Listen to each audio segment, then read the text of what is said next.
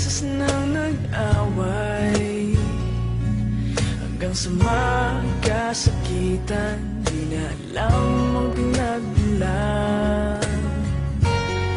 Pati maliliit na bagay na napag-uusapan, bigla na lang pinag-aawayan.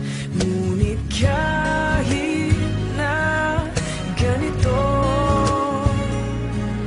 madalas na di tayo magkasundo. Ikaw lang ang gusto kong makapiling sa buong buhay ko.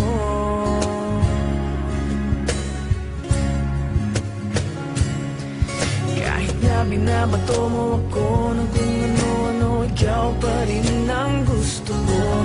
Kahit na sinasampal mo ako at sinisip at nasusugatan mo, ikaw pa rin, walang iba. Ang gusto kong makasama.